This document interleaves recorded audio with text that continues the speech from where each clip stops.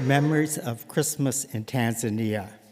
In my early years, I would celebrate with other missionaries, but in my last years, that was not the case as I was the only missionary living at Shirati. One of the memories of Christmas in Tanzania is that it was not commercial like it is here. People did not spend money on gifts.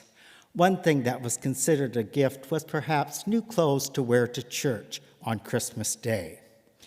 During my years in Tanzania, the church played a big part in local Christmas events.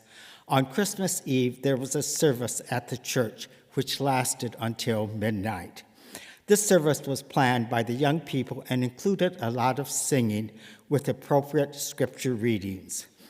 The choirs wrote their own songs to sing for Christmas. They would not sing their Christmas songs until Christmas Eve. Usually each choir would have memorized one or two Christmas songs. The music was not written down, but the words were written by choir members. At the Christmas Eve service, the same songs would be sung several times by each of the choirs, as well as several songs sung by the audience. On Christmas Day, there would be a long service lasting 3 to 4 hours. The choirs would sing their Christmas songs, and other groups formed special to sing for Christmas would sing as well. These special groups may include family groups. Children who were living in other parts of the country would come home with their children, so grandparents, children, and their grandchildren may have practiced a song to sing on Christmas Day. In my early years, when there were many missionaries, the missionaries were also expected to sing that Sunday. The church would be packed with children, several hundred of them. Normally, there would be 200 children on a Sunday morning, but on Christmas Day, that number may double because all the grandchildren came home to see their grandparents. After the singing, the children would be dismissed to leave during the sermon. That was routine, as the children would go to Sunday school each week when the preaching began. On Christmas Day, the children would be given either tea or juice along with a pastry.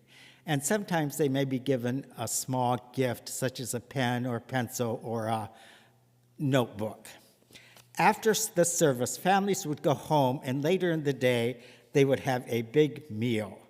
During the afternoon, when the ladies would be cooking, the street in town would be filled with people not involved with the cooking, because everyone went to town to see who was there. None of the shops were open. People just walked around and talked to each other. I would often invite some friends to join me for a meal mid-afternoon, and then they would probably go another place for another meal later in the day. I would often be invited to join some family for an evening meal, perhaps around 8 o'clock or even as late as 9 o'clock. These meals consisted of many dishes.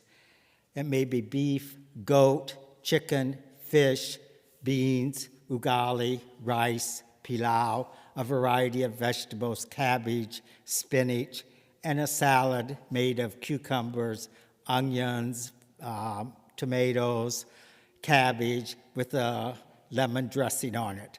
After the meal, people would bring other foods such as chapatis, mandasis, and fruit, and they would finish it off with tea or coffee.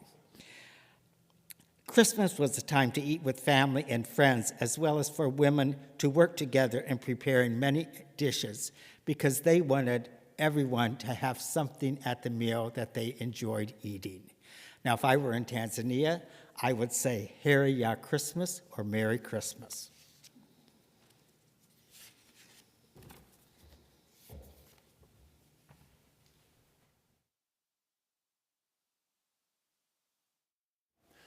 I was in 10th grade, home from boarding school, where I was attending in Kenya, back to Tanzania.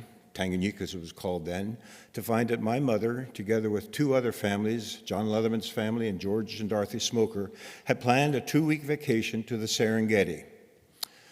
We had to take everything with us. It was a camping trip, but no tents. We were able to use a building that we could divide up, and different people had places to sit, so at least that we had a place safe from the animals, and in case of any rain, a roof over our head. We enjoyed those 2 weeks. He was scheduled to go back on December 22nd. John Leatherman had a wedding scheduled to perform on the 25th, Christmas Day.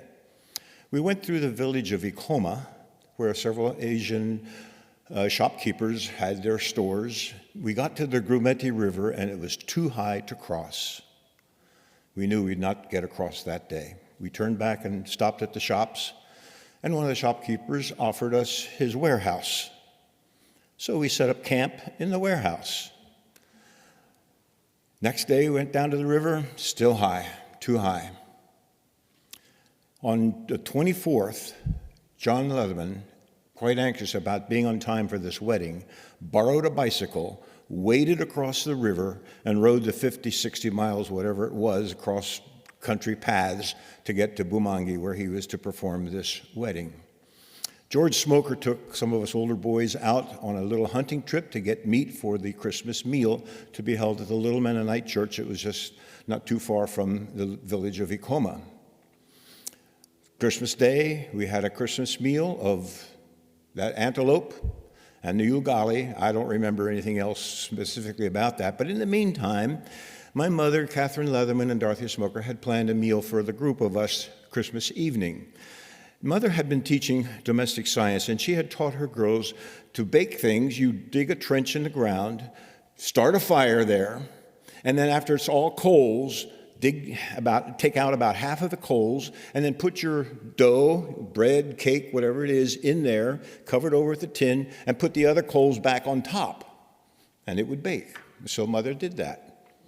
She gave us for gifts something she bought at the store. I think I got a cake of soap. I don't quite remember. But she made sure, I have gifts for you when we get back home. The next day, we were able to cross the river and get home. I, for a long time, could not remember, what did Mother give me for Christmas? About 2019, I was going through some books, and I came up with the book that was a devotional, My Utmost for His Highest. I thought, oh, I ought to use that again for my devotions. I opened the cover, Daniel L. Wenger, our address, Christmas, 1953.